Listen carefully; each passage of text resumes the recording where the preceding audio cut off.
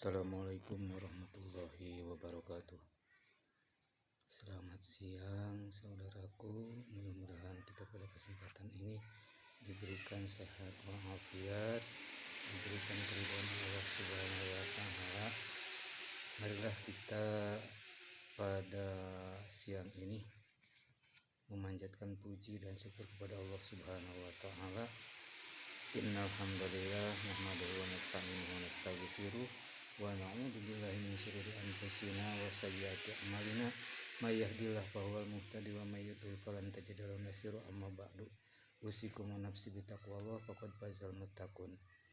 A'udzu billahi minasy syaithanir rajim. Bismillahirrahmanirrahim.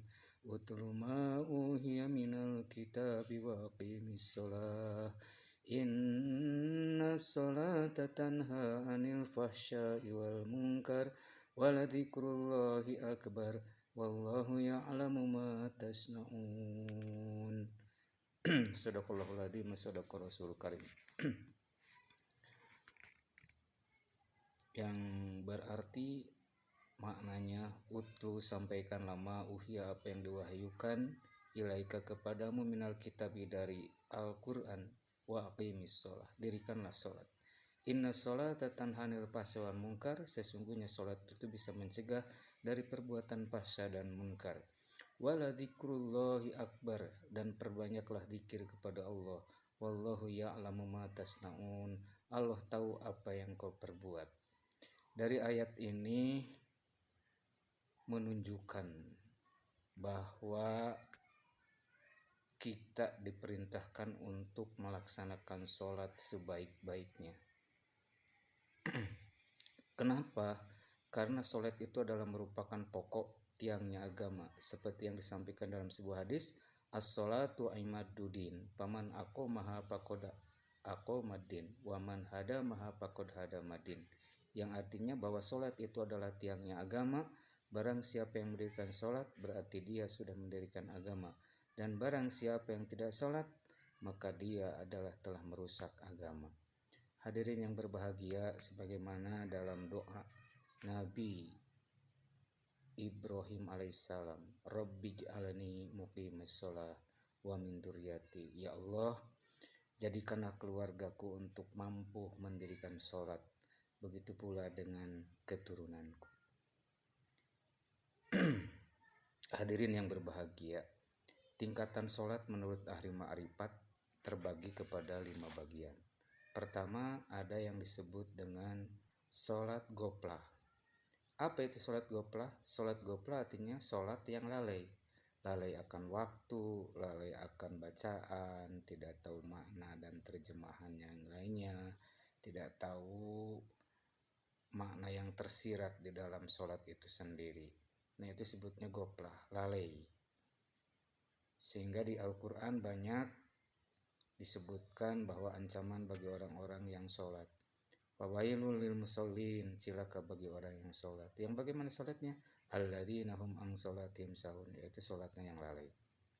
Yang kedua, di ayat Ma'arij, surat Al-Ma'arij, Allah mengingatkan pada kita, masalakum fis saqar, apa yang menyebabkan kalian masuk ke neraka saqar? Qalu lam nakum minal musallin. Kenapa kalian bisa masuk neraka saqar? Maka dia jawab, aku ini adalah orang yang tidak memperhatikan sholat. Itu yang disebut dengan sholat lalai atau ghaflah. Yang kedua, tingkatan sholat yang disebut dengan sholat yaqdoh, yaitu terkadang kita ingat kepada Allah, ingat pula kepada selain Allah. Ketika kita takbir ingat sama Allah, Allahu Akbar.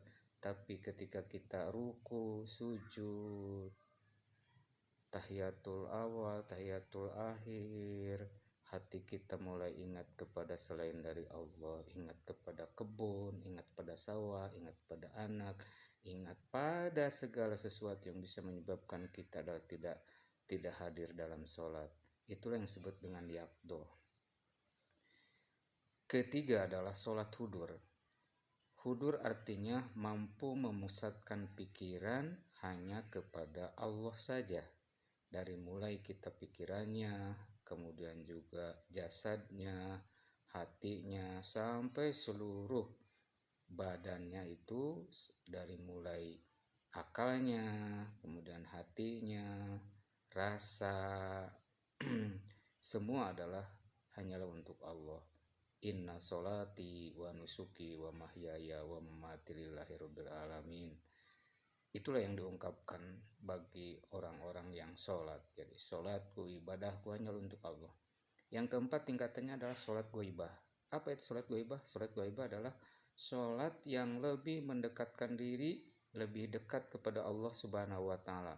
Sebelum waktu sholat, dia udah mempersiapkan diri dari mulai wudhu, kemudian sholat tahiyatul masjid, diam di masjid, dan yang lainnya. Yang kelima adalah sholat musyahadah. Apa itu sholat musyahadah? Sholat musyahadah artinya sholat yang merasa disaksi oleh Allah Subhanahu wa Ta'ala. Inilah tingkatan yang tinggi. Kita dari mulai bacaan takbiratul ihram sampai kepada akhir salam, semua adalah merasakan disaksi oleh Allah hingga kita khusyuk, khudur, musyahadah. Itulah sholat yang dicintai Allah Subhanahu wa Ta'ala.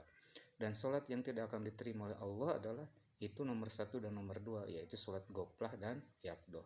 Mudah-mudahan apa yang disampaikan barusan menjadi manfaat khusus bagi diri saya.